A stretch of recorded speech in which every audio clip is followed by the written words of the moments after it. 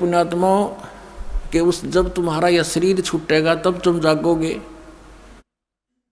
फिर तो रजाई में पाँव फंसा पाओगा आपका।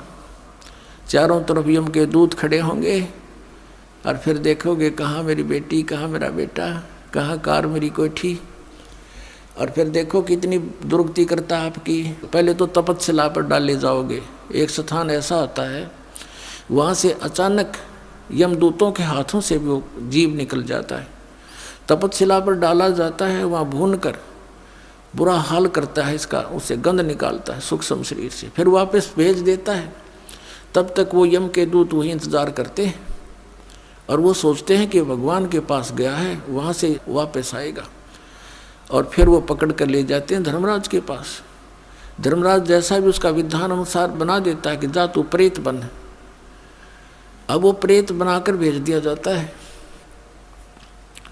पहले ये 13वीं क्यों मनाया करते थे और 17वीं क्यों मनाते थे कि 13 दिन तक इस जीव का ये नहीं पता यूँ कहाँ रहता है, उनको पता ही नहीं था।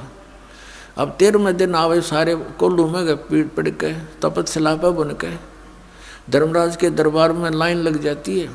इसका नंबर आता तब इसको आगे योनि प्राप्त होती है। तो 13वें दिन फिर यो नीचे पटक दिया जाता है। फिर ये आता अपने घर, जहाँ आशा बादशाह हुई, कहते कि गधा बनेगा, किसी का पशु बन जाएगा उसी परिवार में, या कुत्ता बनकर उसी गली में शहर से पट्टे कर रहा होगा, या प्रेत बनकर फिर वहीं आता है घर पे। और ये घर पे आकर के क्या कहता, बेटा देख मैं आ गया हूँ, बेटी मैं आ गया हूँ।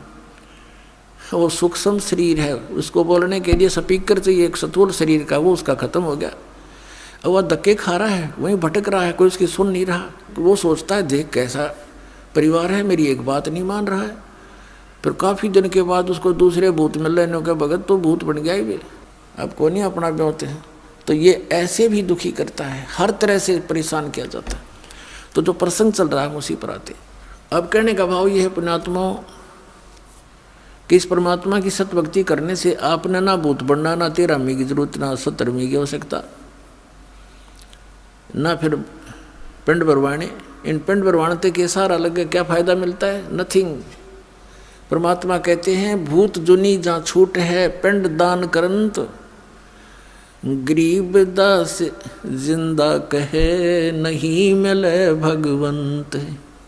पिंड दान कर दिया, भूत की जुनी छूट गई, हर गधा बन गया, होगी मुक्ति है तेरे की। अरे इस साधना से, इस भक्ति से सारा ही झंझट मिटे। जय सतगुरु की संगत करते सकल कर्म कट जाई, अमरपुरी पर आसन होते जहाँ धूप ना छाई।